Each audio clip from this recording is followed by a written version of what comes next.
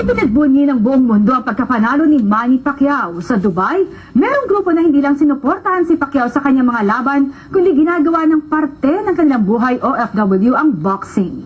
Yan ang balitang Middle East ni Glenn Vergara.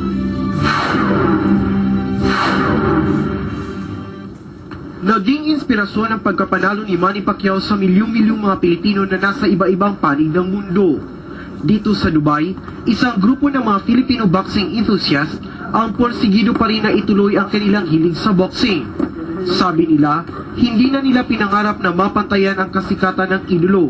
Ang importante, naging masaya sila.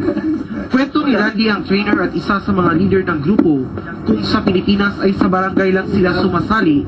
Ngayon, ehersisyo na nila ito at suporta para sa sport at Pinoy na naging legend na sa buong mundo. Manny Pacquiao is one of our idols, siyempre. Whenever he wins, proud to be a Filipino, we also win in our heart.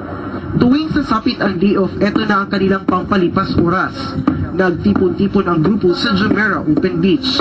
CRC, meron ng gustong sunod na makalaban si Pacquiao at pagkatapos pwede na siyang magretiro. Gusto kong mangyari dyan dahil gusto kong harapin si Mayweather Jr. So yan ang inaabangan ng lahat ng buong mundo. Pagkatapos yan, pwede na siyang kuminto pagka-boxer. Nagbabalita sa Middle East, Glenn Vergara, Dubai, UAE.